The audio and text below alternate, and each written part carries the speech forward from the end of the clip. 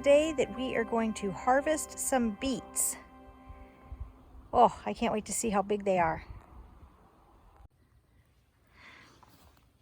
So this time I'm going to try to cut these leaves off here.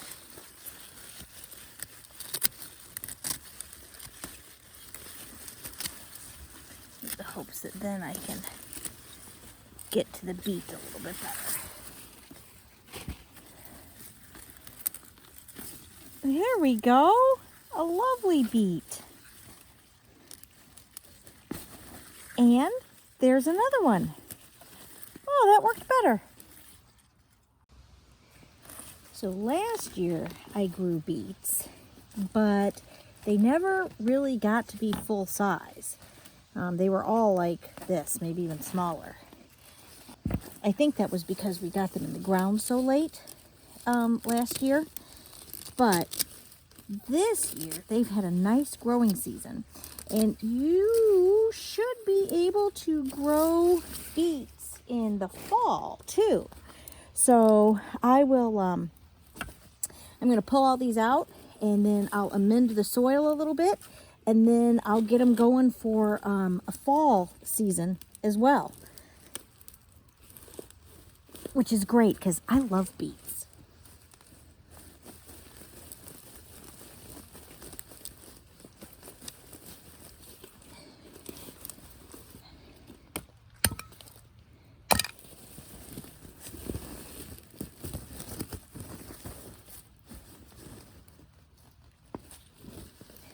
Whew.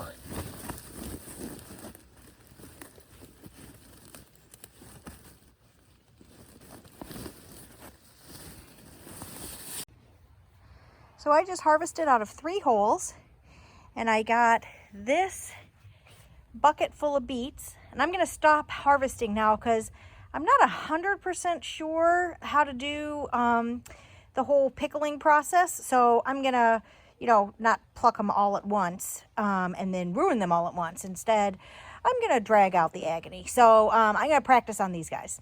And then I also got a big pile of beet greens.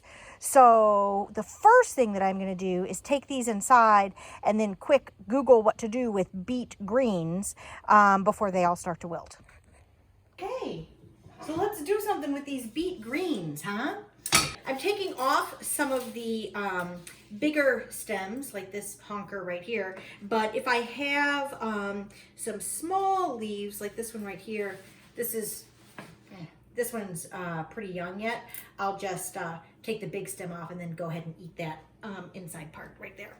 So I'm just gonna do this and then wash it off, and then I was actually planning to make a kale soup for dinner tonight, and I'm kind of excited about that too. So I'm still gonna eat the kale soup, but I'm gonna put some beet greens in it too because that's just going to be fantastic, and then it'll taste less kale-y and more, it'll have a little sweetness to it from the beet greens.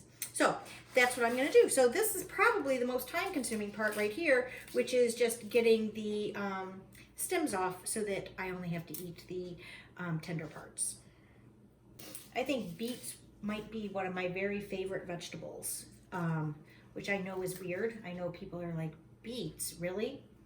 Let me tell you, you roast a beet and all that sweetness comes out. Oh my goodness. It is just fantastic. Now it might seem like I have a lot of greens here, and not gonna lie, I do have a lot, but these are gonna cook down into almost nothing, just like spinach does. You know how you can get that whole great big bag of spinach? You cook the entire thing and it shrinks down so that, it feeds 3 people. So that's the way I feel about beet greens too, is it might seem like you have too many when you're looking at just the big pile that came in from your garden, but it really won't be too many. Plus, they're delicious. It's amazing how fast produce starts to wilt. Already the rigidity is going out of these beets, and their leaves are getting a little limp, and really I only picked them probably, I don't know, 15 minutes ago. So it goes quick. I have to remember that because,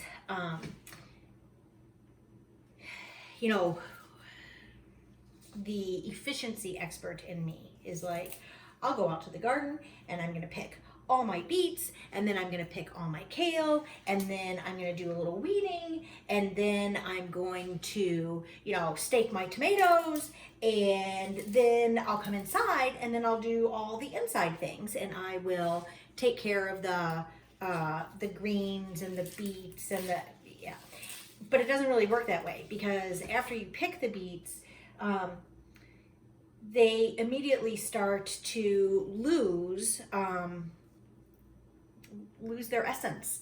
And so what I am trying to teach myself is that I should pick the beets and then come inside and do whatever needs to be done with the beets, and then go outside and get the kale, and then bring that in and do whatever needs to be done with the kale, and so forth. That has turned out to be a more difficult transition for me than you might think, because that is truly not how I initially want to approach gardening. But Mother Nature has a way of just beating those lessons into you, right? Because no matter how much I want it to be different, I still get limp beet greens. Okay, let's make ourselves some kale soup. I am going to start with heating up my pot, and I'm going to put in a little olive oil, which I've lost. Here we go, olive oil.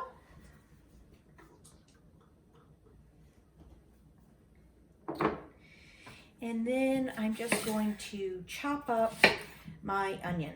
No, I did not grow this onion in our garden because my onions are not ripe yet. They are not ready to come out. But I bought this one from a local grocery store, so it is sourced locally.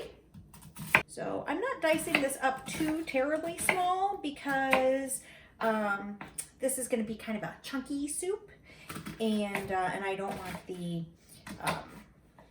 onions to just disappear in it. And then all of this goes in here, and we're going to give that a chance to get started. Next thing that I'm going to put in is garlic. And I'm growing my own garlic this year, which is exciting, but it is also not yet ready to harvest. All right, so now we have that going, we can start to work on our kale. So I'll wind up using about, I probably won't use this whole bucket. I'll probably use half of the bucket in today's soup, because I'm also going to put in the beet greens.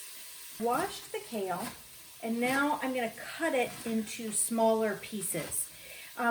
Kale does, of course, wilt and shrink a little bit when you cook it, but not as much as some of your more delicate greens. So if you want small, tiny pieces of kale, then you should chop it small and tiny before you cook it, because it will not magically turn into small pieces of kale in your pot. Now, I don't really need small pieces of kale because I like kale, so I'm not trying to hide it from myself and, you know, force myself to eat my kale. So that was, you know, a big handful and a half. And then over here, I have the delicious beet greens that I chopped and cleaned earlier. So I'm going to put those in. And I would put in about an equal amount of them. Would you like to take a look? All right, I'll show you. Here we go. So we have, you can see that the kale is much curlier. And then we have the more delicate beet greens mixed in with our onions and our garlic. So far, so good. So the next thing that I'm going to add to our soup is the soup part of the soup. I am using unsalted chicken broth. I almost always buy unsalted broth. And then I can add in my own salt to the amount that tastes good and yet, you know, won't give you hypertension. The last ingredient that we're going to put in are a couple of cans of cannellini beans. These are white kidney beans, and I love them. Adding some dark red kidney beans. They will fit right in with the flavor of the, oh, did you see that? I dropped the lid in there. That's no good. Now I need the lid to come back. Not part of the soup recipe. So now I've had, oh, that already looks so much better. That's very good. Okay, and before I show you guys what it's looking like here, I'll show you another secret ingredient. These are mashed potato flakes, and I use this whenever I want to thicken up a soup that I have, but I don't really feel like going through all the work of you know, fixing it up some other way. So I'll put a little in here, and it just gives it a little extra body and thickness. Does not turn into mashed potatoes. We're not using that much. We're just using a little.